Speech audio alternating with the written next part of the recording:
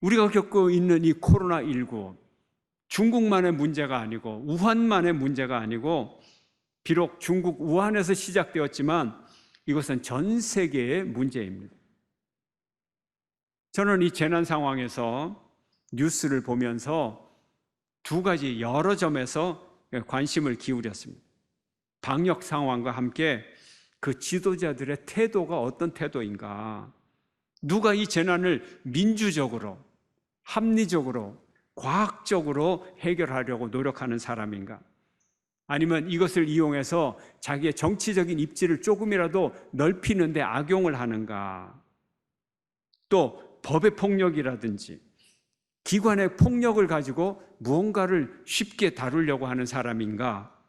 아니면 그 사람이 기독교에 대해서 호감을 갖고 있는지, 이해를 제대로 하고 있는지, 반감을 갖고 있는지, 이런 면에 관심을 기울이고 보았습니다.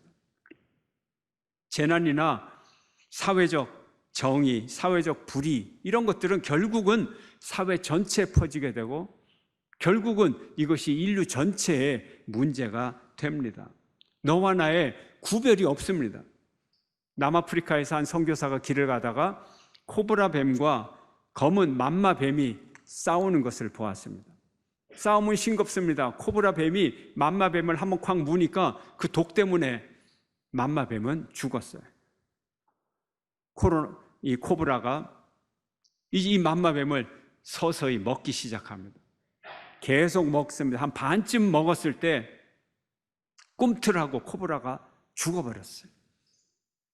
그 이유를 알고 보니까 코브라의 이 독이 맘마뱀을 죽였는데 맘마뱀을 먹으면서 맘마뱀에 있던 그 코브라의 독이, 자기의 독이 다시 자기의 내장을 오염시켜서, 감염시켜서 자기 독에 자기가 죽었다는 것입니다. 이것이 사회적 악입니다.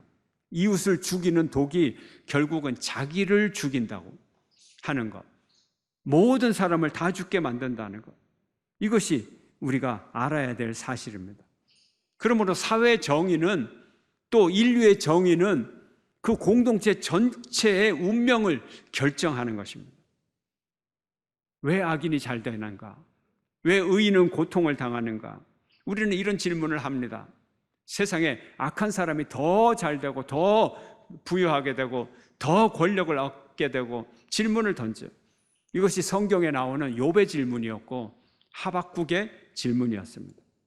불의로 인하여 한 사회가 무너질 때 의인은 무엇을 해야 하는가? 이 땅에 재난은 왜 오는가? 재앙은 왜 오는가? 재앙의 상황에서 하나님을 믿는 성도가 해야 할 일이 무엇인가? 바로 하박국의 간절한 질문입니다. 하박국은 환난 중에 하나님 앞에 질문했어요. 이 환난은 내부적, 유다 내부적 환난이 있고 그 다음에 외부적 환난이 있습니다. 먼저 유다 내부의 환난은 부정과 부패와 불의, 이런 것들입니다. 한번 볼까요? 하박국 1장 2절 함께 시작. 여호와여, 내가 부르짖어도 주께서 듣지 아니하시니 어느 때까지리이까? 내가 강포로 말미암아 외쳐도 주께서 구원하지 아니하시나이다. 권력자들의 폭력, 너무 힘들어서 하나님 도와주세요. 하나님, 이유가 무엇입니까? 아무리 부르짖어도 하나님께서 응답하시지 않아요. 언제까지 하나님 침묵하십니까? 유다의 폐역과 겁탈과 강포와 변론과 분쟁, 이런 죄악들을 날마다 그가 겪고 괴로워합니다. 하나님, 사람들은 율법을 하나도 지키질 않아요. 이 나라에 정의가 전혀 없어요. 악인이 의인을 애워싸고 핍박하고 있어요. 이렇게 외치는 것입니다. 두 번째 환난은 외부적인 환난입니다. 지금 하박국이 당하고 있는 이 외부적 환난은 더 잔혹하고 더 잔인한 그런 환난입니다. 그 내용은 바벨론의 공포입니다. 바벨론의 공포예요. 이제 바벨론이 이 유다 땅을 향하여 쳐들어오고 있어요. 저 동쪽 먼 나라에서 지금 쳐들어오고 있어요. 그러면서 한 민족 점령을 합니다. 근데 그 전쟁의 소식이 정말 소름 돋치는 그런 소식들이 지금 전해오고 있어요. 보고 또 보고 놀라고 또 놀랄 만한 소식, 성경에서 보고 또 보고 놀라고 또 놀랄 만한 소식이라고 말합니다. 얼마나 참혹한지, 귀로 들으면 그 내용을 너무 잔혹해서 정말 그럴까? 정말 그런 일이 있을까? 믿어지지 않는 그런 잔혹함이 벌어지고 있습니다. 하박국 1장 8절 함께 읽습니다. 시작. 그들의 군마는 표범보다 빠르고 저녁 이리보다 사나우며 그들의 마병은 먼 곳에서부터 빨리 달려오는 마병이라 마치 먹이를 움키려 하는 독수리의 나름과 같으니라. 마병이 얼마나 무섭습니까? 보병은 그냥 자기 칼 들고 걸어가는데 마병은 그냥 말을 타고 달려옵니다. 그 얼마나 빠른지 독수리가 먹이를 잡으려고 달려오는, 날아오는 그것과 같다는 거예요. 표범이나 이 이리보다도 더 무섭고 잔혹하다는 거예요. 얼마나 잔혹하냐 하면 설교 시간에 말하기가 거북할 정도로 도시는 다 불타고 남자들은 다 죽고 아이들은 다리를 잡고 거꾸로 바위에 던지고 여자는 다 겁탈하고 임신부의 배도 가르고 소름 돋는 소식, 말로 할 수도 없는 그런 일들을 그들이 저지르면서 지금 달려오고 있는 거예요. 이렇게 내부적인 환난과 외부적인 환난, 총체적 난국에 처해서 하박국은 탄식하고 기도하는 것입니다. 여기에 내부적인 환난과 외부적인 환난은 하나님의 뜻 안에서 긴밀한 연관을 갖고 있어요. 이유가 있는 것이죠. 하박국은 이런 질문을 던집니다. 유다 왕국 말기에 악인들이 판을 치고 의인들이 고통을 당하는 이 상황을 보면서 하나님 앞에 호소했습니다. 하나님이 대답합니다. 저 다가오고 있는 저 바벨론 군대를 통해서 내가 이 유다의 죄악을 심판하리라. 이렇게 내부적인 죄악과 외부적인 환난이 이유가 있는 거라는 거예요. 그 바벨론 군대를 통해서 이스라엘의 불의, 죄악을 심판하겠다는 거예요. 재앙의 심판의 이유라는 거예요. 여러분, 내부적 재앙과 외부적 환난이 이렇게 연결이 되는 거예요. 우리에게 다가온 재앙, 다 이유가 있습니다. 하나님 속에 이유가 있어요. 어떤 분이 건강에 이상이 생겼습니다. 근데 이분이 운동도 열심히 하고 음식도 절제를 잘하고 아주 건강한 수치를 가져요. 건강검진에서 모든 수치가 다 정상이에요. 근데 이분에게 위기가 다가왔어요. 위기가 다가왔어요. 건강의 문제가 단지 건강 때문에 건강에 문제가 오는 게 아니에요. 이분의 도덕적인 삶, 정치적인 삶, 경제적인 삶, 이런 것에서 어떤 죄악이 있어서 올 수가 있는 거예요. 이게 하나님의 인과율이에요. 사람의 인과율하고 달라요. 우리가 코로나19를 어떻게 봅니까, 여러분? 이유가 생물학적이고 의학적인 원인만 봅니까? 변종 바이러스로만 봅니까? 박쥐에 있는 몇백 가지 바이러스 중에 그런 것들이 시장에서 음식으로 팔려서 나갔다, 그런 가설도 있고, 오로지 그렇게만 바라봅니까? 하나님의 인과율은 달라요. 모세의 리더십에 저항했던 고라 일당이 이 땅바닥이 쩍 갈라져서 고라 일당과 그 가족과 천막까지 다 땅속에 파묻히고 다시 땅이 탁 닫혀버렸어요. 아니, 모세의 리더십을 비판하는 거하고 땅이 갈라지는 거하고 무슨 이유가 있어요? 무슨 인과관계가 있어요? 전혀 다른 거예요. 이스라엘 백성들이 하나님을 원망하자 하나님의 불뱀을 보냈어요. 불뱀에 물려서 사람들이 죽으니까 이제 모세가 놋뱀을 만들어서 놋뱀을 바라보는 자는 다 구원을 얻으리라. 그래서 놋뱀을 바라보는 자는 불뱀을 물렸어도 금방 해독이 되고 죽지 않았어요. 다 살아났어요.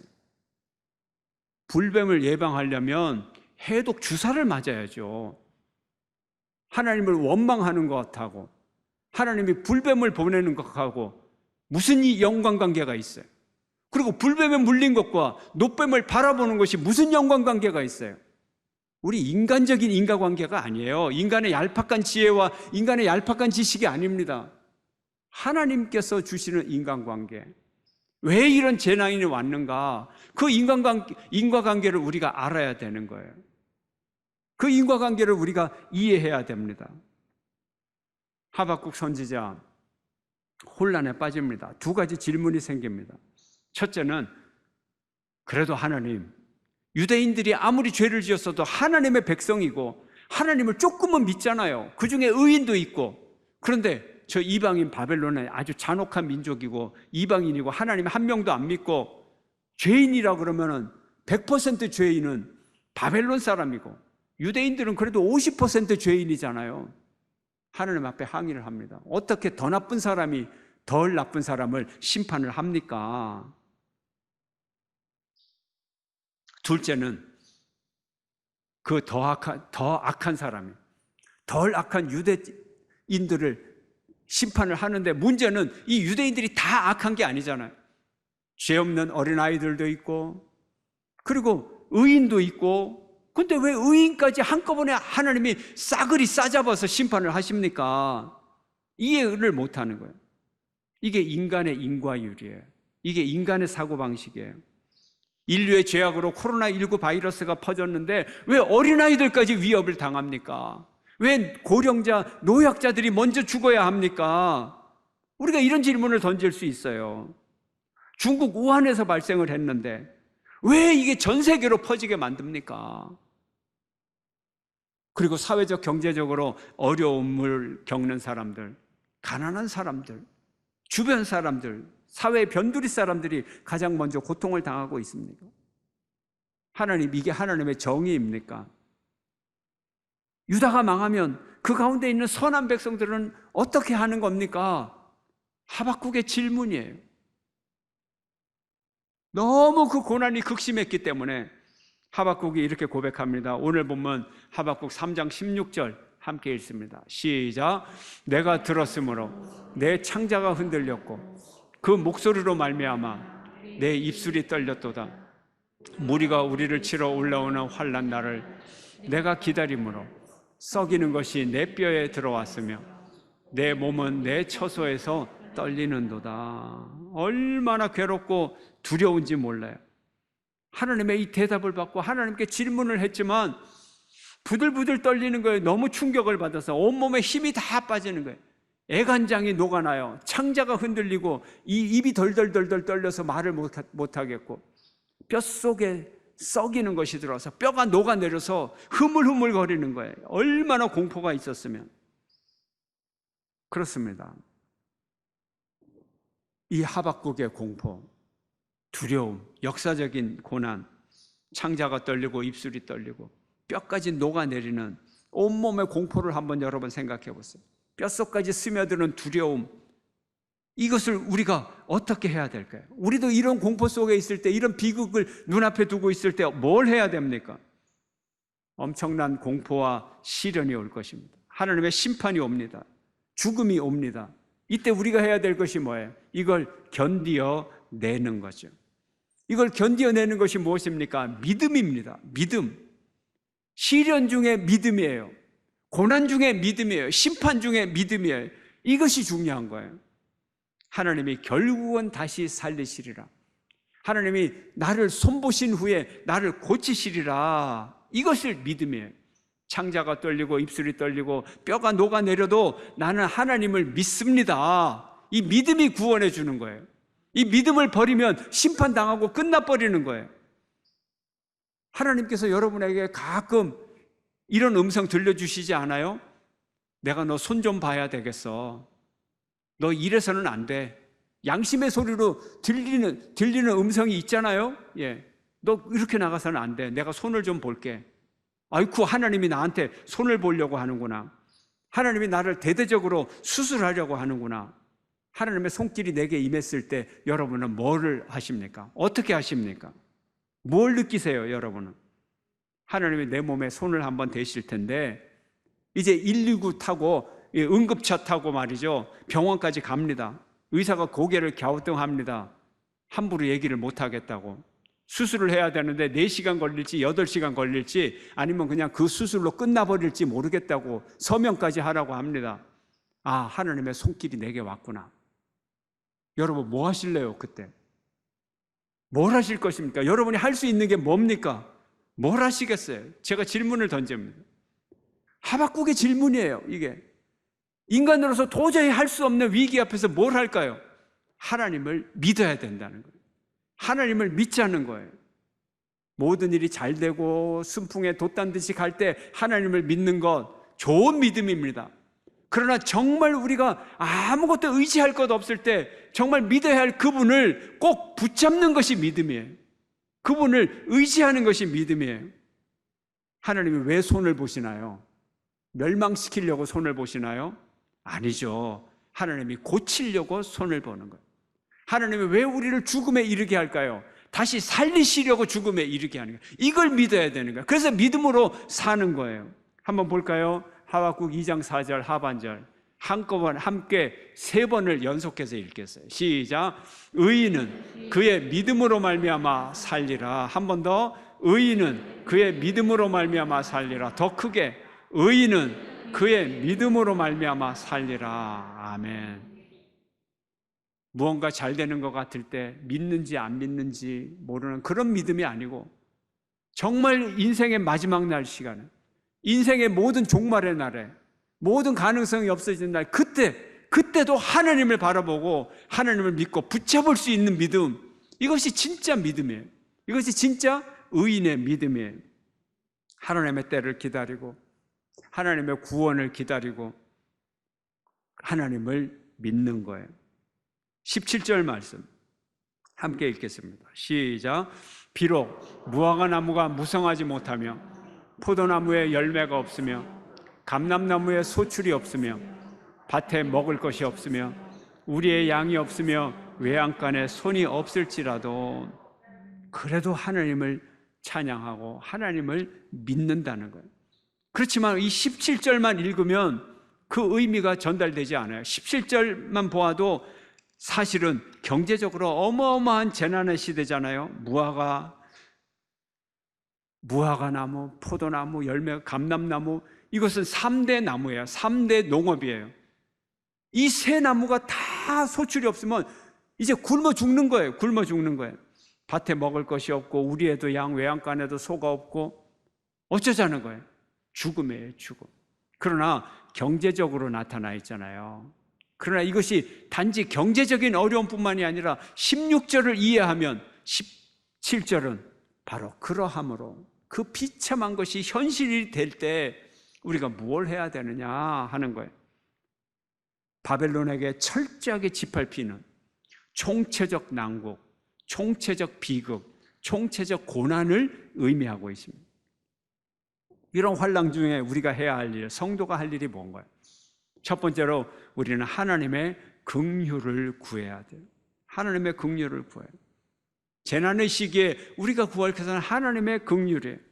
하나님의 계획을 듣고 놀라고 슬픔에 휩싸이고 백성이 당해야 될 고통을 생각하면 가슴이 떨리는데 하나님이 우리의 불의를 징계하시는데 하나님을 향하여 교만하게 높아진 우리의 교만, 우리의 죄악을 하나님이 징계하시려고 하는데 하나님 떠난 세상 운영을 징계하시는데 사회적 혼란이 오고 질병이 찾아오고 고난이 오고 독한 종기가 퍼지고 전염병이 퍼지고 전쟁이 나고 하나님의 긍휼이 필요한 시간이에요. 하나님 나를 불쌍히 여겨주세요. 하나님 도와주세요. 주님 화나셨죠? 불쌍히 여겨주세요. 주님 진노 중에라도 긍휼을 잊지 마옵소서. 하박국의 기도였습니다. 진노 중에라도 긍휼을 잊지 마세요. 두 번째로 우리가 해야 할 일, 믿음을 지키는 일입니다. 우리에게 뼈가 녹는 고통이 찾아오더라도 우리가 믿음을 지켜야 돼요. 믿음을 붙잡는 여러분 되시기를 축원합니다. 모두가 코로나19 공포에 사로잡혀 있어요. 우리의 의식이나 우리의 생활 전체가 완전히 100% 사로잡혀 있어요. 무의식적으로 코로나 얘기를 안 할 수가 없고 모든 일을 코로나와 다 연관시키고 코로나19로 인하여 많은 사람들이 우울증, 무력감, 분노의 감정, 이런 것들에 사로잡혀 있어요. 경제가 바닥을 치고 교육이 흔들리고 예배조차 완전히 못 드리고, 이것이 뭐예요? 하박국 시대에 바벨론의 군마가 유다를 짓밟는 상황이에요. 코로나라는 재앙이 우리 사회를, 인류의 공동체를 모두 짓밟고 있어요. 우리가 과연 내가 무엇을 두려워하고 있는가? 내가 무엇을 두려워하고 있는가? 나도 모르게 점점 내 영혼을 사로잡아서 내 영혼 속에 가득 차 있는 코로나에 대한 두려움, 그리고 그 두려움에 사로잡혀 있는 나 자신, 우리를 발견하게 됩니다. 그래서 코로나를 더 두려워하게 되는, 내가 진정 어느 한순간이라도 하나님보다 코로나를 더 두려워하고 경제적 어려움을 더 두려워하고 이 사회의 재앙을 더 두려워한다면 그것은 믿음의 사람이 아니죠. 나는 정말 무엇을 두려워하고 있는가? 슬그머니 들어온 코로나에 대한 두려움, 공포. 내가 정말 하나님을 더 두려워하고 있는가? 하나님을 더 두려워하는 여러분 되시기를 축원합니다. 하나님을 더 믿는 여러분 되시기를 축원합니다. 세 번째로, 기뻐하고 찬양하라. 하박국은 온몸이 떨릴 정도로, 그의 존재의 근거가 떨릴 정도로 두려움에 떨었어요. 그러나 그는 구원의 하나님을 바라봅니다. 이렇게 무시무시한 공포 속에서 과연 나를 누가 구원해 줄 것인가? 여러분, 우리 인생의 이 고난 가운데서 누가 우리를 구원해 줄까요? 우리가 응급실에 실려가서 수술대에 누워있을 때 누가 내 생명을 지켜줄 수 있을까요? 내가 누구에게 기도해야 하고 누구를 두려워하고 누구를 의지해야 될까요? 하나님을 의뢰하고 믿을 때 오직 하나님께 찬양을 돌릴 수 있습니다. 18절의 말씀 함께 읽겠습니다. 시작. 나는 여호와로 말미암아 즐거워하며 나의 구원의 하나님으로 말미암아 기뻐하리로다. 아멘. 19절에 보면 이것은 찬양이다 이렇게 나와 있어요. 찬양이다. 여러분이 가진 성경을 자세히 보면 이 하박국 3장 2절부터는 편집한 단락이 달라요. 단락의 구조가 달라요. 한 칸 안쪽으로 들어오게 돼 있어요. 그거는 무슨 뜻이냐면 시라는 거예요. 시를 인용한 거라는 거예요. 시는 무슨 시예요? 찬양의 가사라는 의미예요. 노래라는 의미예요. 기도문이지만 기도면서 동시에 찬양이면서 하나님을 향한 시요, 노래라는 거죠. 가사라는 거죠.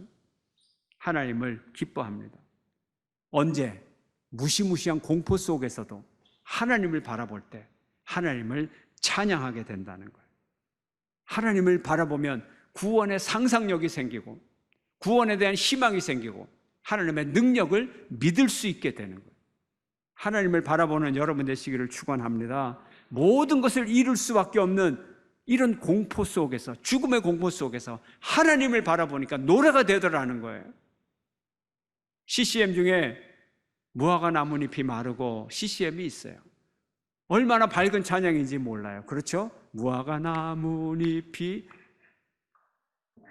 그렇게 이 밝은 찬양이 하박국의 이 메시지하고 어울리느냐는 거예요. 하박국은 역사의 어두운 상황 가운데서 무시무시한 공포를 얘기하고 공포 때문에 하나님께 기도하고 응답을 기다리는 예언자였어요. 역사의 비극의 한가운데 있었어요. 그런데 이 찬양의 작곡자는 아주 명랑하게 만들었어요. 처음에는 제가 이거 너무 무지해서 그렇다, 이 무시무시한 역사적 배경을 가진 이 찬양을 이렇게 작곡할 수가 있느냐 생각을 했지만, 그러나 하나님을 믿는 자는, 하나님을 바라보는 자는 역사의 그 어떤 재난 가운데서도 하나님을 찬양할 수 있습니다. 그것도 밝게 찬양할 수 있습니다. 그것도 기뻐 뛸 수 있습니다. 그래서 오늘 하박국은 3장에서 말합니다. 내 나를 하나님이 사슴 같게 만드사 높은 곳에 올라가게 하셨도다. 뼈까지 녹아서 무력한 존재가 아니라 아주 든든한 사슴의 발을 줘서 산 정상에까지 올라가서 인생의 절정을 누리게 하고 역사의 절정을 누리게 하겠다. 하나님의 약속이에요. 그렇다면 왜 찬양을 못 하겠어요? 왜 박수를 못 치겠어요? 왜 춤을 못 치겠어요? 하나님을 기뻐하고 찬양하는 여러분 되시기를 축원합니다. 하나님이 오시면 내 사업이 망해도 기뻐할 수 있어요. 하나님이 오셔서 내 건강이 망해도 하나님 찬양할 수 있어요. 하나님이 오셔서 내 전쟁의 포로가 되어도 하나님을 찬양할 수 있어요. 하나님은 고난 중에 오시지만 결국은 구원하시는 하나님이고, 결국은 회복시켜 주시는 하나님이고, 결국은 고치시는 하나님을 믿는 여러분 되시기를 축원합니다.